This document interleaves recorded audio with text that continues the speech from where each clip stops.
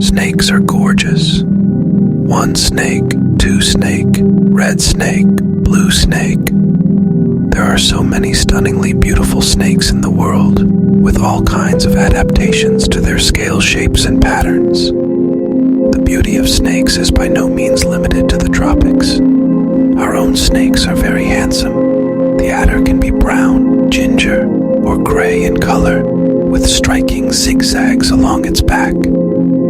Grass snakes are typically a rich olive green with a bright yellow collar behind their heads. The elusive and cryptic smooth snake is a silvery brown, perfectly camouflaged to match the stems of the heather plants in which they live. Snakes are incredibly successful. They are adapted to live everywhere in the world except the North and South Pole, where it is just too cold for an animal that uses heat from the sun or its surroundings to become active. Some snakes spend their lives at sea, while others live in the driest of deserts.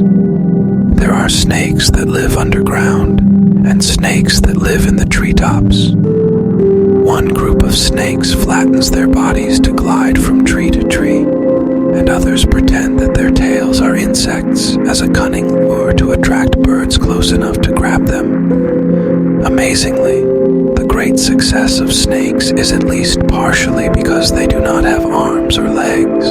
Snakes tell us about the world around us. All snakes are predators. By controlling populations of their prey items, such as rodents, they remove weaker animals from the food chain, keeping populations healthy and ecosystems in balance. So, we know that if there are healthy populations of snakes, that many of other species will be doing okay too. Even more amazing is that when we protect snakes, we protect all sorts of other wonderful plants and animals. As predators, snakes require large areas of habitat. So, conserving these areas for snakes supports the conservation of entire natural systems.